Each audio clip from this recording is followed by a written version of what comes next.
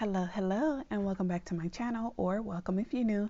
So I am going to give you guys a more detailed flip through of my budget planner and just kind of walk you through my thought process while setting up this planner and give you more details on what the drill down budget planner is if you are not familiar. So if you don't want to hear me chat, because I imagine this would be a chatty and kind of long video, then I'll go ahead and link the silent flip through of just me flipping through the pages. If you want to see what's inside of here, I'll link that up in the cards. But without further ado, let's get started. So what is the drill down budget? So the drill down budget is a budgeting process that I created that is based on how I budget. It allows you to break down your personal budget into manageable steps no matter where you are in your journey. The drill down budget planner is a budgeting tool based on my drill down budget process that will help you budget intentionally and successfully by helping you to always know your numbers. When I say successfully, I mean it's going to help you stop going over budget. It's going to make creating a budget simple, easy, and take less time. And it will help you get clear on your financial goals and how to meet them. So I'm going to set that aside really quick, and I'm just going to draw a quick visual because I think it will help you guys fully understand what the budget process is. So if you think about a drill, which is basically an upside down triangle, my budget process is helping you drill down into your budget in 4 easy steps. So I just called the steps colors. So this right here, the very first step is rosy. So it's represented by a pink color. And this step is where you're just entering the budgeting phase, or you've been there a while, but you absolutely know that you need a budget, whether you've tried to start a budget and have abandoned your previous budget planners or what have you.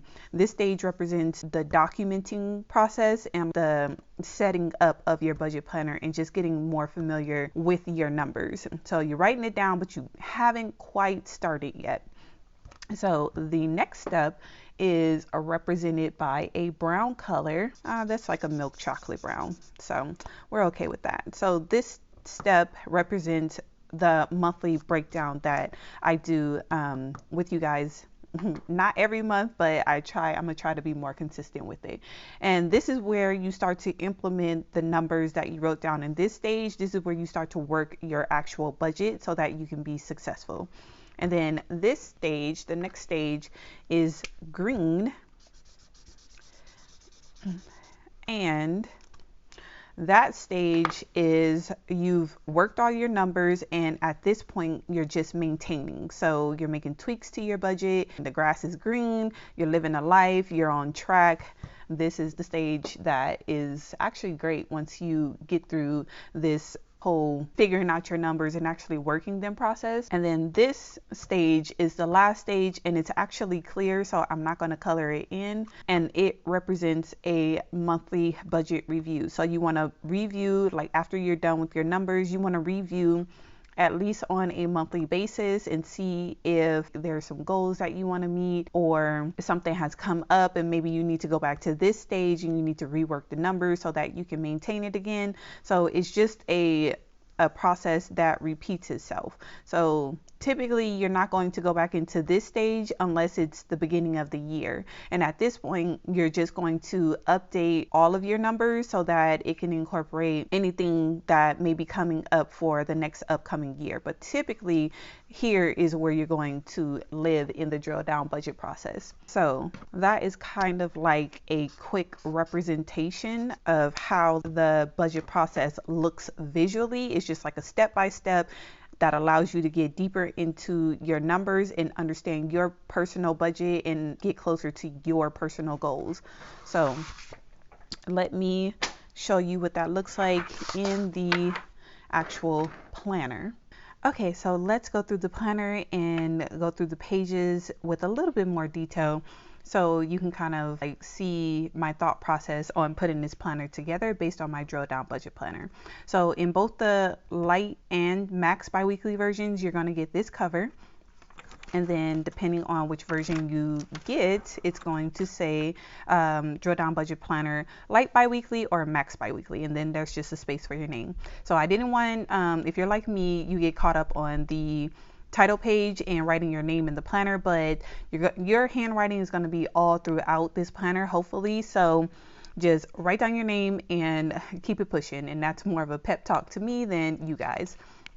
So here I wanted to include a annual calendar for 2024 and 2025 because this is the 2024 version of the Drill Down Budget Planner, and this is going to be the only space that you see holidays, and I made them exclusively bank holidays. So for you cash stuffers out there, I just wanted to include this for you guys so you are aware that the bank may be shutting down early, like I'm sure you're aware, but just as a space to know all of the holidays, just in case you need to go grab some cash from the bank, you can kind of incorporate that into your monthly calendars because the monthly calendars are completely undated. So you can add your holidays and all that kind of stuff according to what you celebrate. So again, the annual calendar, you can do a lot of things with it. You can track your cycle, you can track your paydays, you can track your kids' school events or your school events. If you're in school, your spouse's travel dates, like you could do a lot with the annual calendar.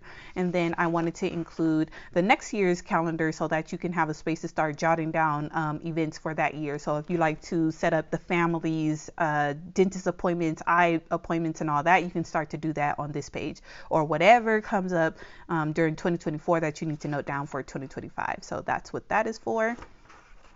And these pages, I am intending them to be for a vision board and a goal setting sheet, but you can do whatever it is that you want because this page is actually completely blank. It has no lines or anything like that. And that's just to give you a space that if you're a visual like me, you can go ahead and draw something that will inspire you. And then over here, if you want to break down one big goal into 4 quarterly, like smaller quarterly goals, then you can do that right here. Or you can write a letter to yourself. If you're on a weight loss journey or any type of journey, you can write a letter to yourself and then do visuals over here. Like you can do whatever it is that you want on these 2 pages.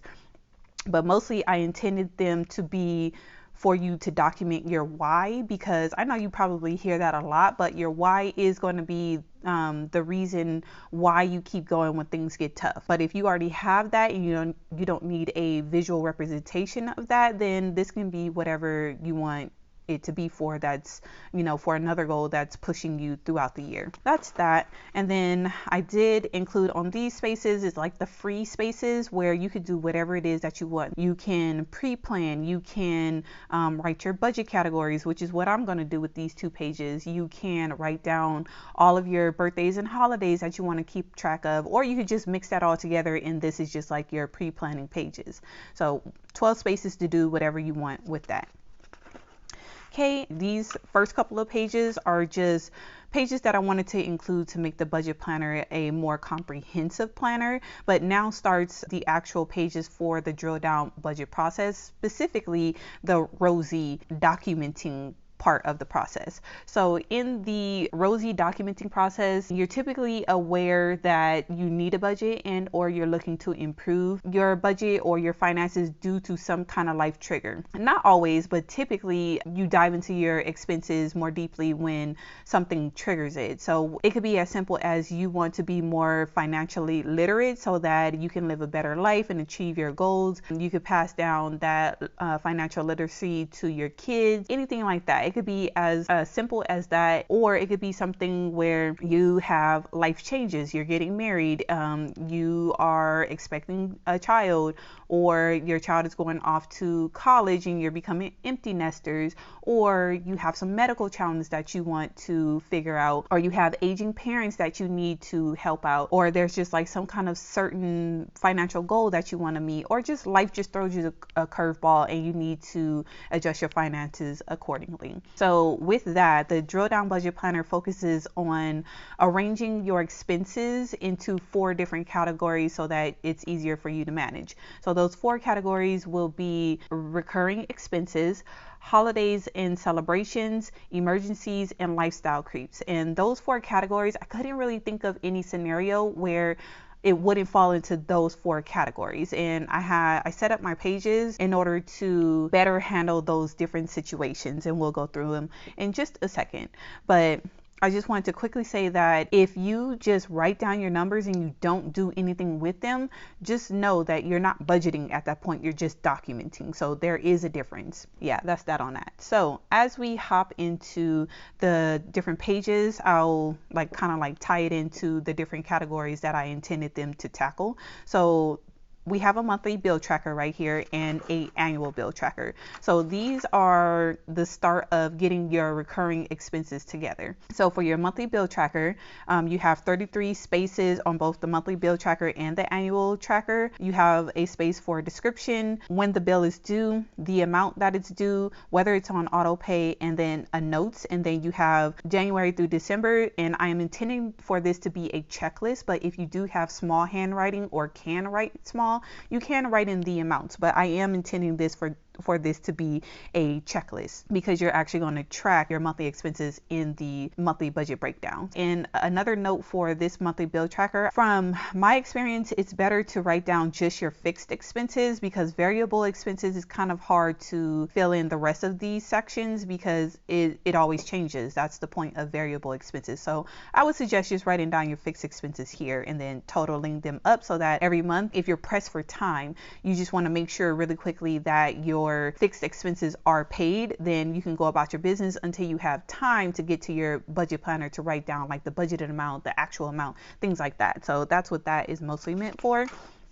And then here is the annual bill tracker. You can think of it more as your subscriptions and memberships tracker. You're going to track things like your Costco memberships, or if your kids are in sports, that type of membership. So you have space for description, amount, card, or account that it's coming out of, because I don't know if you're like me, but because it doesn't come up so much, I will often forget, I know something is renewing, but I don't know what account or card that it's going to hit, which is annoying, because then you have to find out, so that you could, if it's a debit card, you got to make sure you have enough money in the account for it to hit. And if you're using a annual bill to keep a credit card active, you want to remember that. So that's what that space is for. And then whether you have it on auto pay or not, and any notes to document whether any changes happen to these bills, such as the amount increased that year, so you want to notate it. And then here, what I intend for this to be is not a checklist, but for you to write down the due date of that annual bill. So I know our Costco membership is coming up, and I'm not exactly sure when in October it's going to be, so I'll put a check if I'm not sure in what time of that month it's going to come out, or I'll put the actual due date if I do know what day it's going to it's due that month. So that's kind of how I use that there. And I am going kind of fast, just because I am going to set up each one of these pages with you guys, and it's going to be my real numbers, and just to give you more inspiration. But I don't want this video to be too long, which is why I'm kind of just going through at a faster pace. So for these pages, important dates and events worksheet. So important dates worksheet is for you to write down loved ones' names, and then you can have space to write down 5 different events that you typically celebrate with those people. So say I could write down my family, my in-laws, and my friends, and then I'll have this column be New Year's Eve, Christmas, birthdays, Easter for the kids, and then Thanksgiving. And then I can come up with a budget for each one of these people on my list, so that when the time gets near, then I can start setting up a budget, or how I can make those numbers work, so that when the time comes up, then I have the money to celebrate these certain events with these people. So you have a subtotal down here, and then a spot to put the grand total right here. Okay, and so this is a similar fashion for the events worksheet. So you're going to write down the date of anything that you want to celebrate. It doesn't have to be just holidays or anything like that. You could put a concert that you want to keep track of, like the Beyonce concert. You can write down the Beyonce concert, how much you wanted to spend for the Beyonce concert, so that you can start working on that budget early as time goes by. But you have a plan for it. That's all that these setup pages are just your plan plans to meet your financial goals. So you can also write down, even though you have it up here, so like for Christmas, if you want to write down the budget, like the gift budget for each one of these individuals for Christmas, over here what you can write down is how much you want to spend on Christmas dinner, how much you want to include in your Christmas decor budget. Like that's what this sheet is for. So anything above and beyond what your individual budget for each one of these individuals are, so that they work together, so you're not coming up short and all you have is the money to get these people gifts, or vice versa, where you only have the money to like get decor but you forgot about the gift. So those two work together. And then this page is where you start to get a handle on your holidays and celebrations. So if I didn't say that, this page, and I give you 2 goal tracker pages are meant to tackle your holidays and celebrations category of your spending habits. Because how many times have like you sat down and you planned all of this out and you had great intentions to make it happen, but when the time came, you fell short. Like you didn't have enough money, so you kind of had to improvise, or you have to go into debt. This is kind of where you plot that all out so that you can meet your financial goals and not go into debt, and you can just cash flow it. So you can also think about this as a sinking funds tracker or like breakdown. So if you have like 20 sinking funds, most people can't fund 20 sinking funds at once. But if you plot it down, then you can fund a couple of sinking funds over time. And then over time, all of your sinking funds get funded. You have 33 lines to write down whatever goal you're trying to break down and achieve. But remember that you do have 2 pages of this. So that's 66 events in total. And how it works is, really quickly, you're going to write down whatever goal or event that you're trying to budget for, the amount, and then here you're going to kind of like plan backwards. If you're familiar with sinking funds, you have a set amount, and then you want to figure out how many paychecks do you have in order to set aside money so that at the end of it, you have all of that money ready to go. So for example, we'll do Halloween again. So Halloween is going to get $50, and then say like January through April is kind of tight and you can't set aside any money. Well, that's okay, because the funds aren't due until October. So what you'll do, if you want to break it down into 2 paychecks, you can say like in September I'm going to set aside $25, and then in October I'm going to set aside $25, and then that way once October comes I'll have $50. So that's how you kind of like break it down, so you can see the gaps in your budget throughout the year, so that you can set aside money for all of the goals and events and just things that you want to do with your money. You can break it down in a more manageable way. So that's what these pages are for. And again, I'm going to do a video on how I am going to use it so you can get more of a better idea, but I'm going to move on for now. So the next category is for emergencies. So man, there is nothing that will ruin your budget quicker than an emergency. So for peace of mind purposes, in case of like a loss of job or loss of a source of income, you have a bare bones budget. So this is where, in the case you need to really crank down and like get through a hard time, this is where you're going to write down that budget that you're going to turn to in those hard times. So it's going to be a very tightened up version of your monthly bill tracker. But of course on here, you're going to include everything, including your variable expenses like your food and your gas, because you still need to get to work. So, well, you know, in the case of a lost job, you still need to get to interviews. So you're going to write down whatever the bill is, how much it is, and then you're going to write any notes. So hopefully in the case of job loss or income loss, you don't have to eat just rice and beans, because you already have a plan to budget so that your family can make it through the hardship and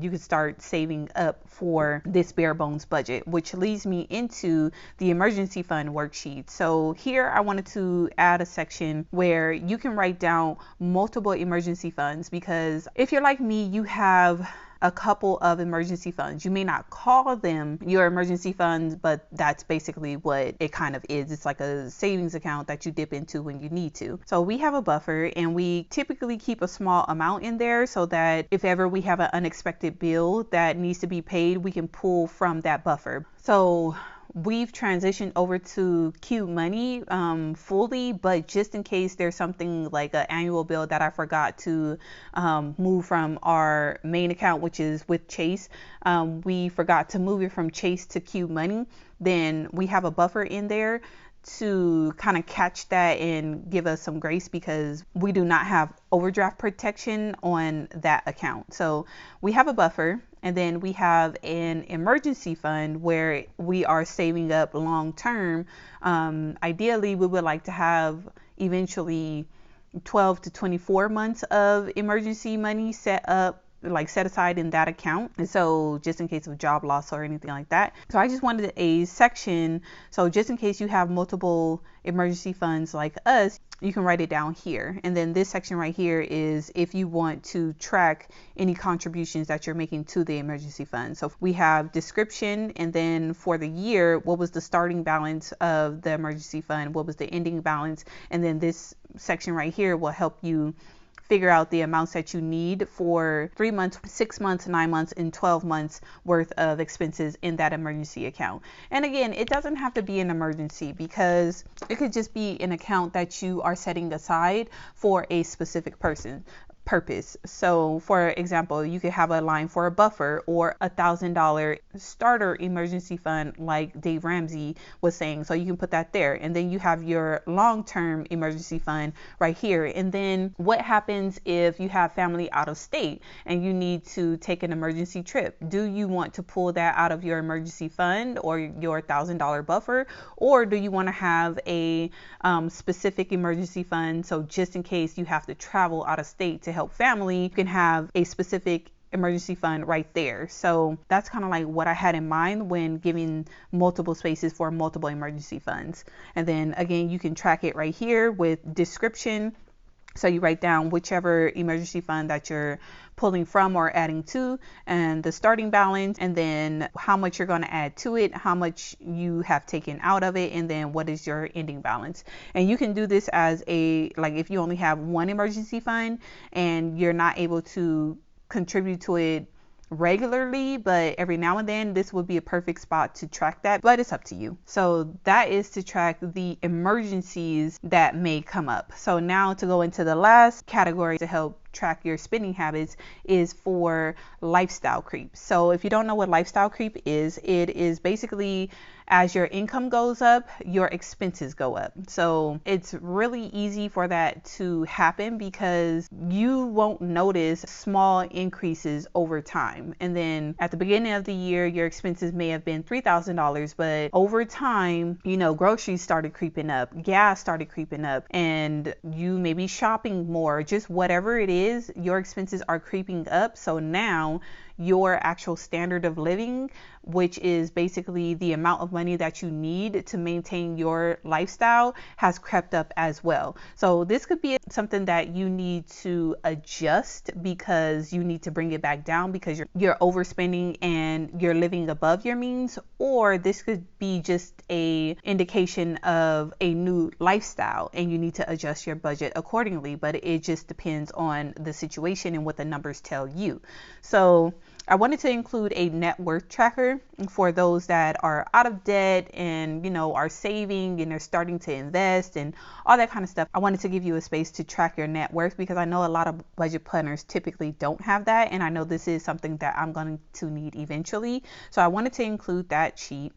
And then this is where you start to track your standard of living or your lifestyle creep. So you have 30 spaces to track 30 different categories. So as you're spending your money, what you want to do is lump them into categories that make sense to you and your lifestyle. So like I have a category that's called 4 walls. It includes our mortgage, any insurances. It includes our home internet. It includes our utilities. Like it includes all of the things that we need in order to maintain our 4 walls. And I did that because at the end of the year, I want that to be a number that says, okay, this is how much you needed this year in order to maintain your 4 walls. So just in case anything ever happens, I know my numbers to maintain my 4 walls and keep a roof over our head, which will also be good for your bare bones budget. And then maybe you want to track food. Maybe you want to track how much gas you're spending. Maybe you want to track how much you're spending on sports, so that next year maybe you can create a sinking fund for it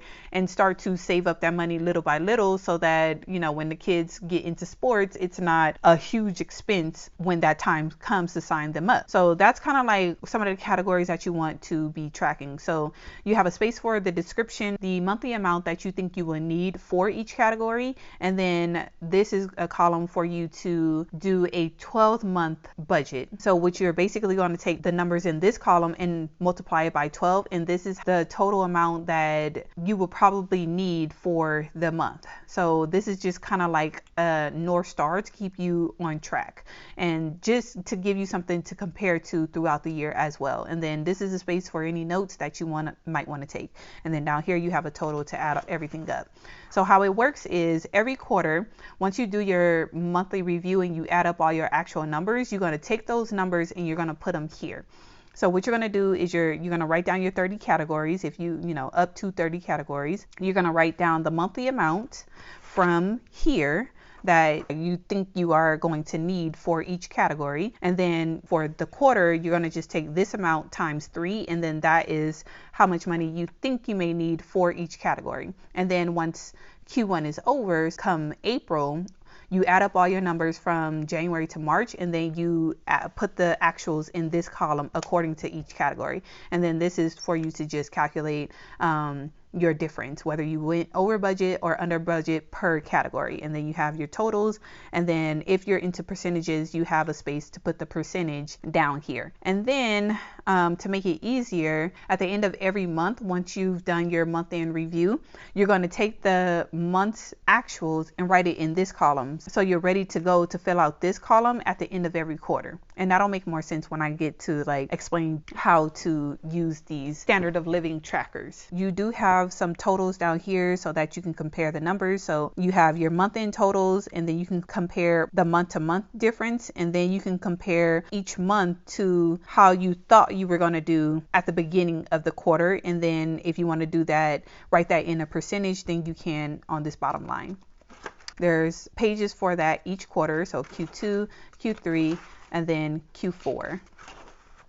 And then at the end of the year, you're going to take each quarter's actuals, and then you're going to come up with the year-end total. And then at the end of the year, you're going to compare the budgeted amount that you came up with, so the amount of money that you thought you would spend for the year, from here.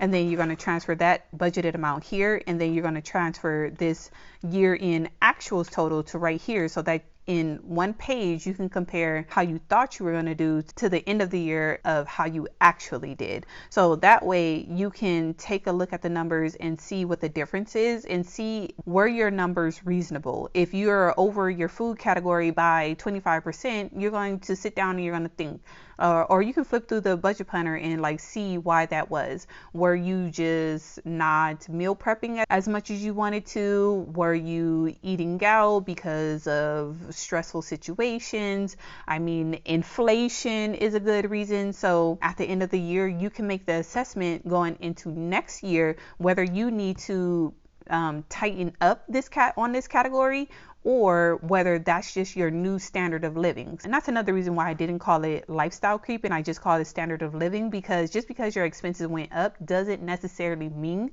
that's a bad thing and that you need to go back down. It's just you need to assess whether that is reasonable for your lifestyle. Okay, and you can kind of like watch how you're spending. Okay, so that is the last category for the rosy part of the drill down budget process, but I also wanted to touch really quick that I included a utilities tracker, so that every month, once your actuals, like you get your numbers for your actual utilities, you can write it down and keep track of that. How this page works is you have a spot for from January through December each month. You go back and you look at what were your prior year utility bills as an estimate, so that as the seasons change, you can adjust your budget ahead of time, so you're not caught off guard. Okay, I gave you space to track 3 utilities. So once you have all of your utility categories, you can go ahead and sum up for the year and compare the prior year's utilities to this year's utility amount. And then if you want to start budgeting by an average, instead of changing your budget every month according to this, you can start putting away an average amount every month. Say like for natural gas, you're putting away more money in the summertime so that you're building up a buffer in that account. So when the seasons change in the wintertime and things get colder and you need to use more natural gas and the bill is higher, you have a buffer amount to keep up with those bills throughout wintertime. So that way you kind of have like a steady amount for your utilities to budget every year if you don't want to budget more like towards the actuals every year. So that's that. And then right here, I gave you a line note spot for you to write any notes that you may want to jot down for your utilities throughout the year. And then right here, I just gave a line notes page. Front and back for you to just write down whatever. Or this is a good spot to pop in any other savings trackers or sinking fund trackers or anything like that that you want to pop in. You could pop them in right here. Okay, so that was the rosy section of the drill down budget process. And now we're going to go through the other steps of the drill down budget planner. So this will go quicker just because you guys should be familiar with this portion. So we're going into the brown section of the drill down budget planner where you start to get into your monthly budget breakdown. And this is where the real work begins, because you're going to take all of the stuff that you've been documenting in these pages and you're going to write them down and figure out how to make the numbers work in your monthly budget breakdown. So you have a 2-page calendar here, and then you're going to go over in the light planner. Your budget breakdown looks like this, but in your in the max version, your budget breakdown is going to look like this. It's going to be across 4 pages. So this, and this. So that is the difference between the light and the max.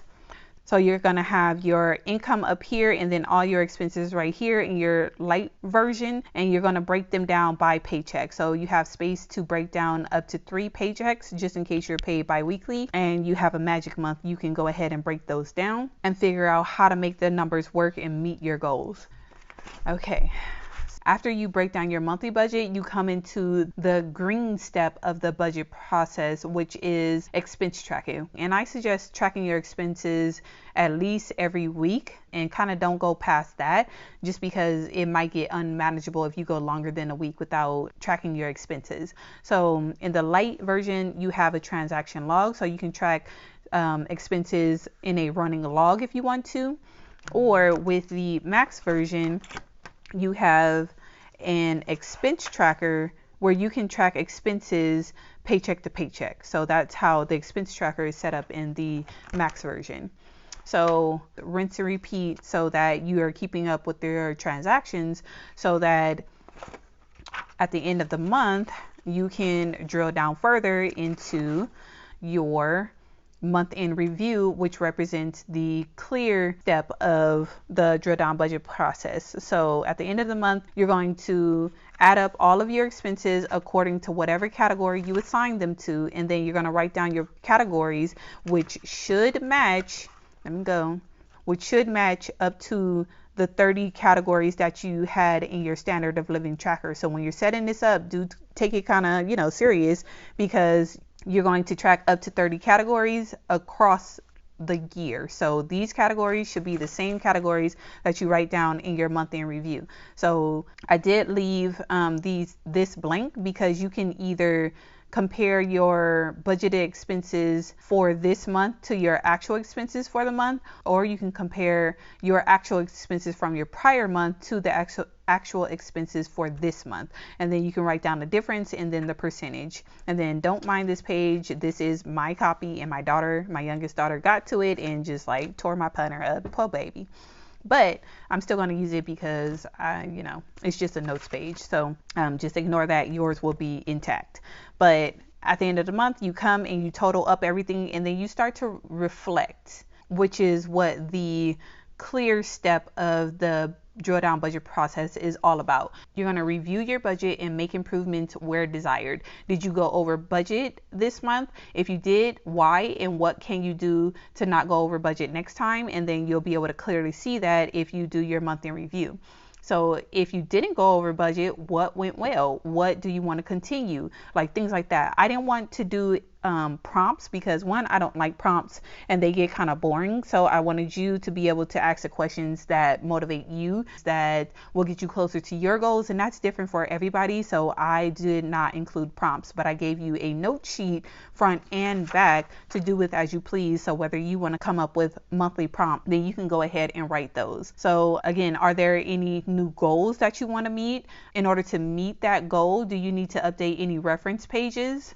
So do you need to come up here and maybe you need to, did you start a new emergency fund? Do you need to do that? Do you need to update your goal tracker and update whether you are adding a goal, or do you need to push, like you intended to set aside some money for a goal in that month, but maybe you need to push that to the next month and you can update your goal tracker here. And then do you need to add an event? Or do you need to add another annual bill for a new subscription?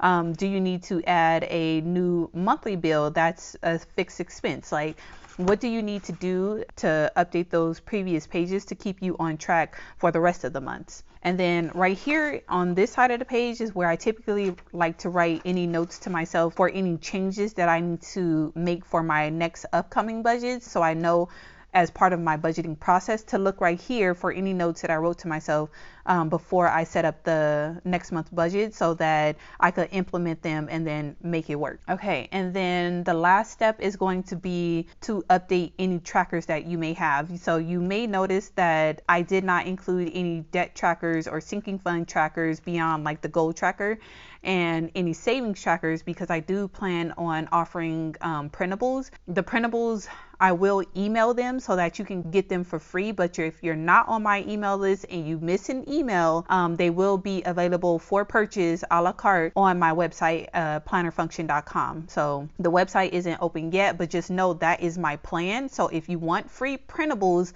get on my email list now so that when I start to email my printables, you'll have them for free and you don't need to pay for them. So that is going to be my way of giving back to those who are supporting me, is just offering free printables. Not every single printable that I make will be free and emailed.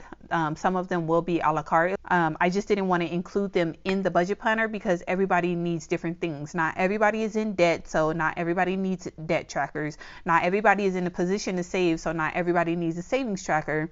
And then if I added a savings tracker in here, do I make it pretty, or do I set it up and make it like a graph so it's more informational? So it's like you can kind of see that's kind of like a rabbit hole that somebody is not going to be happy. So I just opted not to include any savings trackers or debt trackers in this planner because I intend to email different versions of saving trackers and debt trackers and saving challenges and all that kind of stuff, so that you have those and you can pick and choose what you want to add into this budget planner. So just in case, I probably should have led with that because I'm sure not too many of you got to this point in the video, but I'll repeat it again at the beginning of another video so you guys will know. But that is basically the drill down budget process from start to finish, and the months are exactly the same. So you just go through and rinse and repeat. So like I said, you're going to mostly live in the brown, green, and clear steps of the drill down budget process, which is your monthly budget breakdown, your expense tracking, and your monthly review, and updating any trackers that you may need to so you can stay on track and you can monitor your spending behavior so that you can adjust as you go along and you don't incur lifestyle creep. So it is a 12-month planner, so you're going to go all the way through. I didn't add any extra notes at the back of the planner just because like my main target is happy planners. So if you're like me, you already have like a lot of notes pages for your 7x9. So, and that's the only size that the planners do come in right now is 7x9. So if you're like me, you already have a lot of notes pages, but I do plan to come out with note paper packs in the future. Just right now, I want to see like, does this planner help anybody out there, you know, just kind of see what the demand will be for this system, or do I need to tweak it to help more people. So it's kind of like a test for this first launch, just to see what the demand is, and then whether this is even something people want, or do I just make this for myself. So either way, I know this was an extremely long video. If you did make it to the end, go ahead and leave me a heart emoji in the comments, because oh my gosh, you guys are showing major love if you got to this point, and I thank you so much, and I can't wait to set this planner up with you guys, and I will catch you guys in the next video. Bye.